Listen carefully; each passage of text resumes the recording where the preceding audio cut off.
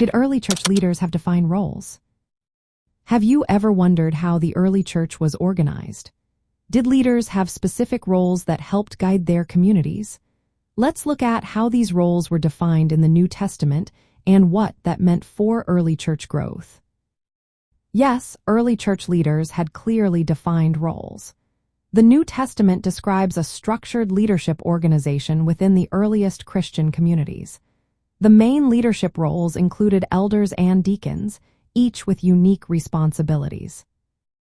Elders, also known as overseers or pastors, were mature men appointed to oversee local congregations.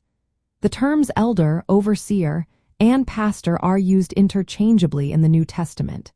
This shows their role in teaching, guiding, and caring for the spiritual needs of church members.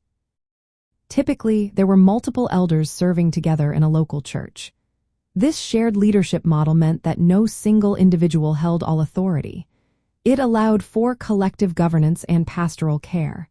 For instance, in Acts chapter 14, verse 23, we see that elders were appointed in every church.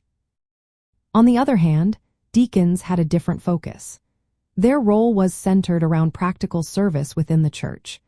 They cared for the physical needs of the congregation and supported elders by handling administrative or charitable tasks.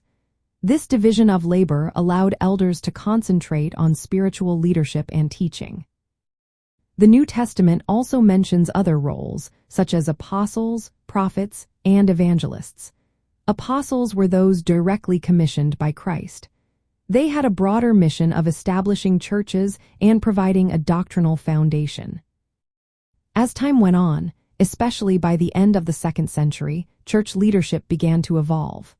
In some regions, a single bishop model emerged, where one individual held primary authority over a local church. However, the earliest pattern, as reflected in the New Testament, favored a group of elders working together. Understanding these roles helps clarify how the early church maintained order, teaching, and care under Christ's lordship. It shows us how they were guided by Scripture and the Spirit. For churches today, recognizing the biblical basis for multiple elders and deacons can inform how they organize leadership. This balance ensures that both spiritual oversight and practical service are provided, nurturing the community in faith and daily needs.